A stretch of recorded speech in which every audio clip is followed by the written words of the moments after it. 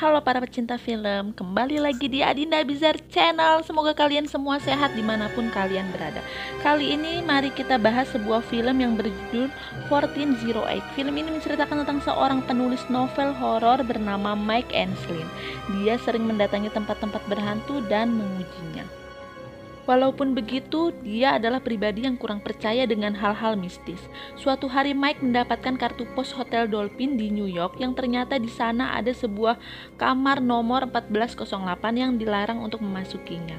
Mike pun mendatangi hotel itu dan masuk ke dalam kamar 1408.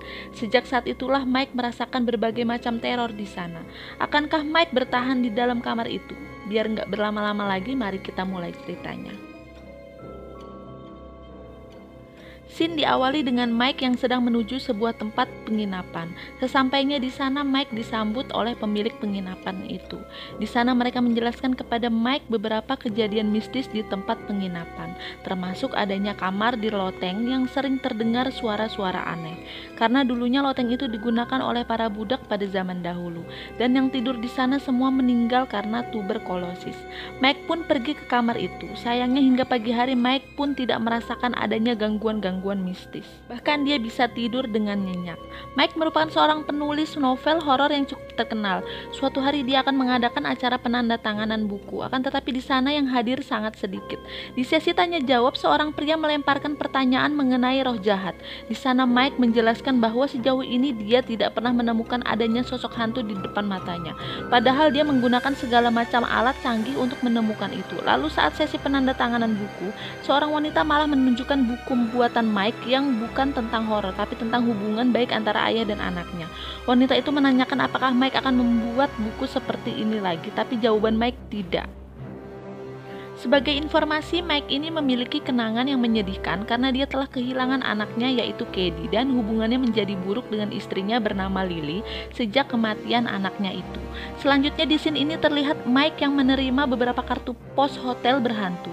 Setelah memilih-milih, Mike menemukan kartu pos dari Hotel Dolphin. Di sana tertulis untuk jangan memasuki kamar 1408. Mike merasa tertantang dan langsung menelpon pihak hotel untuk memesan kamar itu. Akan tetapi pihak hotel mengatakan bahwa kamar itu tidak bisa disewakan. Mike memutuskan langsung mendatangi hotel itu. Pelayan menyambut Mike dengan baik dan saat akan memasukkan nama Mike di komputer, nama Mike terdaftar sebagai orang yang harus menemui pihak manajemen sebelum check-in. Pelayan itu pun meminta Mike untuk menunggu sebentar. Lalu tidak lama muncul manajer hotel itu, dia adalah Gerald Olin. Mike langsung mengatakan keinginannya menginap di kamar 1408. Gerald pun mengajak Mike pergi ke ruangannya. Di sana Gerald menjelaskan bahwa kamar 1408 sudah membuat pengunjung yang menginap di sana tidak bisa bertahan lebih dari 1 jam. Mike mengejek bahwa kamar itu tidak ada apa-apanya dan pihak hotel hanya menjual hal-hal mistis saja. Mendengar hal itu, Gerard langsung mengatakan bahwa dia sekarang sedang tidak bercanda dan dia sedang mencoba menyelamatkan hidup Mike saat ini. Dia tidak ingin orang egois seperti Mike tinggal di ruangan 1408 karena dia tidak ingin membersihkan kekacauan yang akan terjadi. Selama dia menjabat sebagai manajer, Gerard menangani 4 kematian dari ruangan itu. Sejak saat itulah dia merubah aturan agar semua tamu tidak diizinkan menginap di kamar 1408. Mike masih merespon semua penjelasan Gerald sebagai sebuah lelucon. Gerald mengatakan bahwa total kematian di ruangan 1408 sejak dulu sebanyak 56 kematian, dan dia langsung menunjukkan buku besar kepada Mike, daftar kematian yang telah terjadi. Gerald berharap Mike akan mengurungkan niatnya menginap 1408. Bahkan dia menawarkan kepada Mike untuk tinggal saja di ruangan 1404 yang mirip dengan 1408 dan bacalah kisah yang ada di buku itu saja. Mike menolak rencana Gerald dan kembali meminta kunci kamar 1408. Mike bahkan mengatakan bahwa dia tidak mempercayai adanya hantu ataupun iblis di dunia ini. Mendengar perkataan Mike, Gerald akhirnya menyerah dan memberikan kunci itu. Gerald mengantarkan Mike menaiki lift. Di sana Mike mengira ruangan itu akan sangat kotor, tapi Gerald mengatakan bahwa kamar 1408 diperlakukan sama seperti kamar lainnya. Akan tetapi yang membersihkan ruangan itu harus 2 orang dan pintu harus tetap terbuka. Sesampainya di lantai yang dituju, Gerard pun kembali ke lobi. Dia tidak mengantarkan Mike ke depan kamar 1408. Saat menuju ruangan 1408, Mike sempat melihat seorang wanita dan bayinya memasuki kamar di samping kamarnya. Mike pun masuk ke kamarnya. Dia langsung mengecek setiap sudut kamar itu sambil merekam semua kegiatan di alat perekamnya. Mike tidak merasakan adanya hal aneh di ruangan itu. Mike melanjutkan untuk melihat pemandangan di luar jendela dan tiba-tiba radio menyala dan melantunkan lagu We've Only Just Begun atau Kita Baru Saja Mulai. Mike sangat terkejut dan ia masih mengira bahwa di ruangan tersebut ada seseorang. Mike mencari setiap kemungkinan tempat persembunyian, tapi dia tidak menemukan siapapun. Mike malah menemukan tisu toilet yang kembali seperti baru, padahal sebelumnya Mike telah merobeknya. Selanjutnya Mike merasakan hawa panas di ruangannya dan saat melihat termostatnya ternyata berubah. Dia mencoba menurunkan suhu tapi tidak bisa. Mike pun meminta pelayan untuk memperbaiki termostatnya dan pelayan mengatakan bahwa akan datang teknisi yang mendatangi Mike. Sambil menunggu teknisi datang, Mike mencari bukti kejadian di ruangan itu. Dia menemukan beberapa bercak darah di mana-mana. Hal ini berkat lampu yang dia bawa. Mike menyadari bahwa apa yang dibicarakan Geralt sebelumnya itu benar, banyak kematian terjadi di sana. Saat Mike masih mencerna dengan apa yang sudah terjadi di ruangan itu, seseorang mengetuk pintu. Ternyata itu teknisi yang akan membetulkan termostat. Akan tetapi teknisi itu tidak ingin masuk ke ruangan dan meminta Mike yang melakukan tugasnya. Teknisi akan membimbingnya dari kejauhan. Mike berhasil membetulkan termostat dan saat berbalik, teknisi itu sudah pergi meninggalkan Mike. Lalu di sini terlihat Mike yang sedang bersantai. Tiba-tiba radio kembali menyala dan setelah dimatikan, radio itu memunculkan sebuah angka seperti hitungan mundur. Tertulis 60 menit. Mike jadi teringat kalimat Geralt bahwa di ruangan itu tidak ada yang bertahan lebih dari 1 jam. Tidak lama Mike merasakan kesunyian. Dia pergi keluar dan dia melihat jalan raya yang cukup ramai, tapi dia tidak mendengar apapun. Saat Mike menoleh ke dalam kamar, tangannya terjepit jendela dan itu membuat tangannya terluka. Mike segera pergi membersihkan lukanya, tapi tiba-tiba air menjadi kencang dan panas. Mike mencoba meminta bantuan kepada pelayan, akan tetapi Mike tidak mendapatkan respon yang dia inginkan. Mike memutuskan pergi dari kamar itu, akan tetapi saat akan keluar, kunci yang digunakan patah dan gagang pintunya terlepas. Mike pergi ke jendela dan meminta pertolongan. Dia melihat seseorang di seberang gedung. Saat berteriak meminta pertolongan, orang tersebut ternyata Mike juga. Dan tiba-tiba seseorang menyerang Mike dari belakang. Setelah menyadari orang yang menyerangnya sudah menghilang, Mike mendengar suara-suara aneh.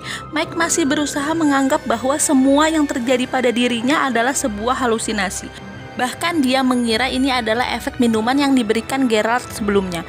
Saat Mike merekam semua kejadian yang ada, tiba-tiba TV menyala memperlihatkan video kebersamaan Mike dengan istrinya dan mendiang anaknya.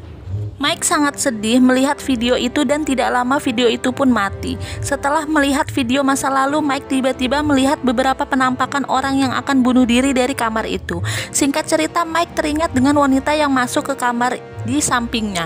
Mike pun meminta bantuan kepada orang itu. Akan tetapi dari ruangan itu malah mengeluarkan suara tangisan bayi yang sangat kencang.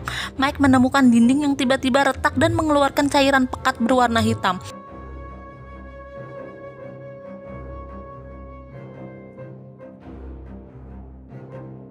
Dia sudah tidak tahan berada di kamar itu. Akhirnya dia memutuskan untuk pergi ke kamar di sebelahnya melalui jendela. Mike pun keluar. Saat ia melangkah sedikit demi sedikit, Mike malah tidak menemukan satupun jendela di atas sana.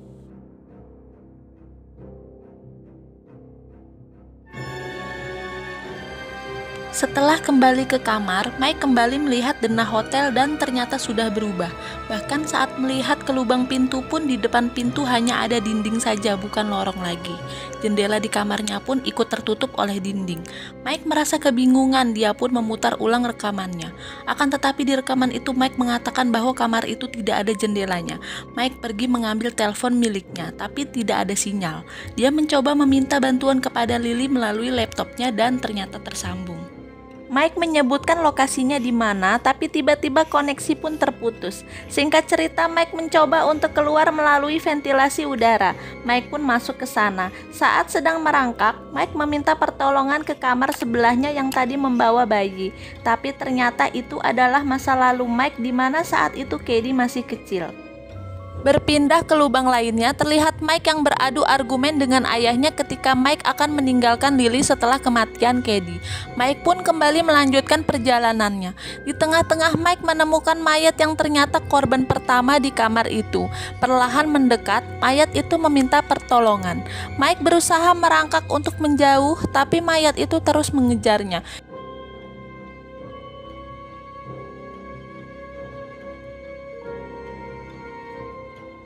Hingga akhirnya Mike pun kembali ke ruangan 1408. Mike pun terdiam di kamar itu sejenak dan tiba-tiba kamar berubah menjadi sangat bersalju. Mike berusaha bertahan hidup dengan menyalakan api di ruang tengah. Mike mendengarkan Lily memanggilnya melalui laptop. Mereka tersambung kembali di saat Lily menjelaskan bahwa dia sudah mengirim polisi ke hotel. Bahkan mereka kini ada di ruang 1408 tapi di sana kosong. Mendengar hal tersebut, Mike sangat kesal dan frustasi. Lily mengatakan bahwa dia akan datang 15 menit lagi, tapi Mike melihat waktu di radio menunjukkan 14 menit. Mike pun melarang Lily untuk datang, tapi tiba-tiba layar di laptop Mike menunjukkan tayangan Mike yang mengajak Lily untuk datang, padahal di sana tidak melakukan apapun. Tayangan itu menunjukkan lantai dan lokasi ruangannya. Mike berteriak sekeras mungkin agar Lily tidak datang, tapi sia-sia. Lily hanya melihat tayangan yang ada di laptop saja. Singkat cerita, kamar itu pun berguncang menyebabkan kerusakan di mana-mana. Mike bahkan tidak bisa berdiri dengan benar, dilanjutkan dengan badai. Mike melihat lukisan di sekitarnya dan ada sosok wanita yang menyerangnya tadi ada di lukisan itu. Saat akan mendekati lukisan, tiba-tiba lukisan itu mengeluarkan air yang sangat banyak. Mike pun tenggelam di sana.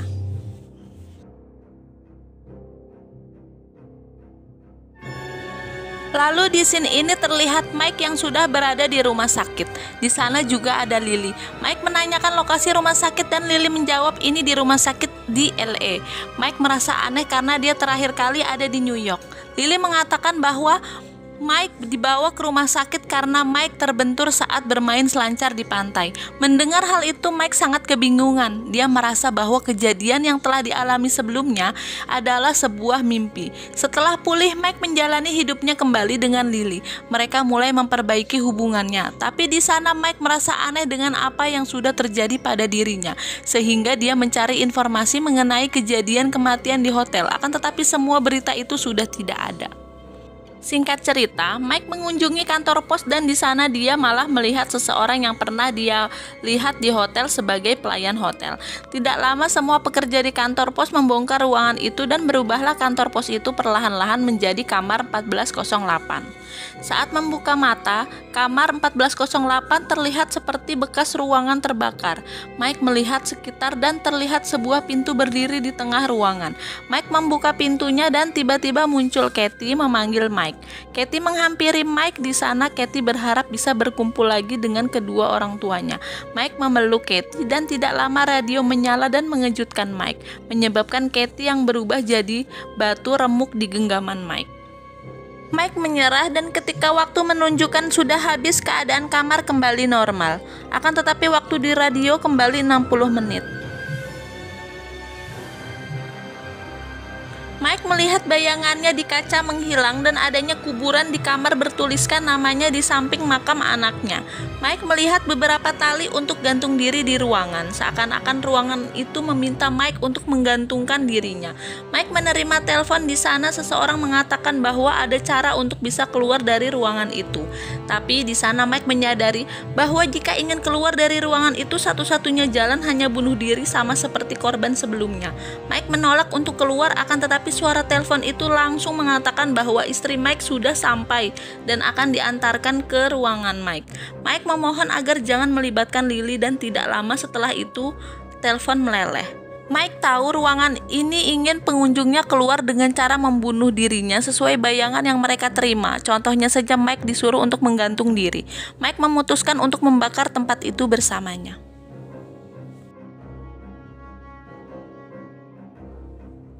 Di scene ini terlihat pemakaman Mike. Lily didatangi oleh Gerald. Dia ingin memberikan barang pribadi Mike yang ditemukan di lokasi kebakaran. Gerald mengatakan bahwa kematian Mike merupakan sebuah pengorbanan untuk menghilangkan ruangan itu. Tapi Lily tidak ingin menerimanya. Gerald pun kembali membawa barang itu dan saat kembali ke mobil, Gerald dikejutkan dengan kehadiran sosok Mike di belakang. Di akhir cerita terlihat Mike yang bergentayangan di ruangan 1408 dan cerita pun Nah, itu dia alur film 4008. Menurutku filmnya benar-benar menegangkan dan membuat kita menebak-nebak apa yang akan terjadi dengan Mike selanjutnya. Demikianlah alur cerita film ini. Jangan lupa subscribe, like, dan komen.